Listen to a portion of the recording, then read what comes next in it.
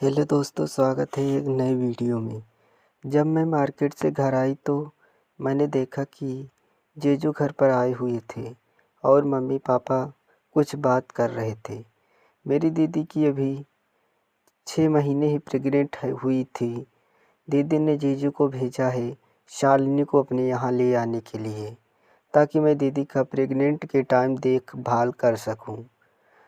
दीदी ने फ़ोन पर ही मम्मी को बताया था। तो समय हो चुका है, हम निकले। मैंने कहा जी जीजू।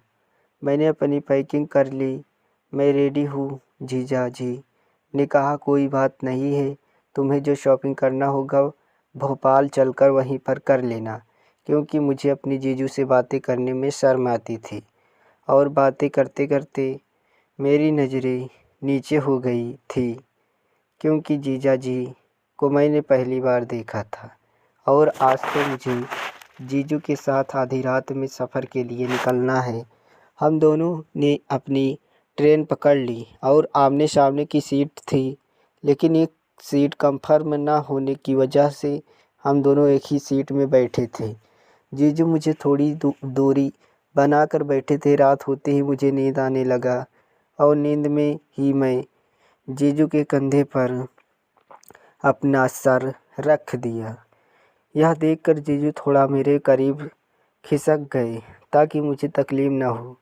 अचानक से झटके से मेरी नींद खुली तो फिर जीजू ने कहा शालिनी तुम आराम से लेट जाओ, मैं साइड होकर बैठ जाता हूँ।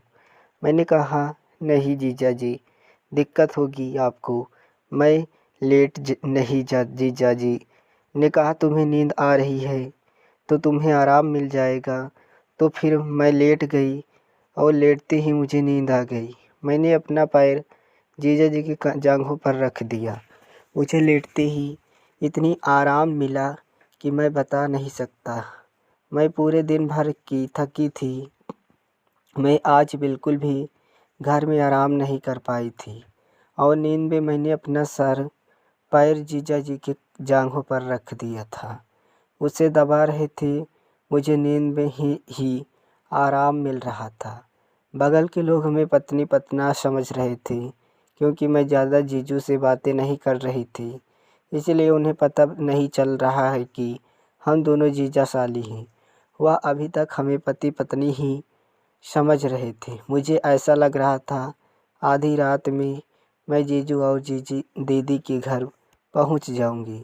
कोई दिक्कत तो नहीं हुई थी? मैंने कहा नहीं दीदी, जीजू तो किसी भी तरह की कोई दिक्कत मुझे होने नहीं दिया।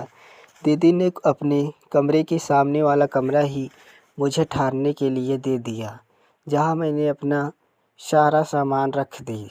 दीदी के प्रेगनेंसी का 9वां महीना चल रहा था, इसीलिए मैंने सोचा कल से ही मैं घर का सारा काम कर लिया करा।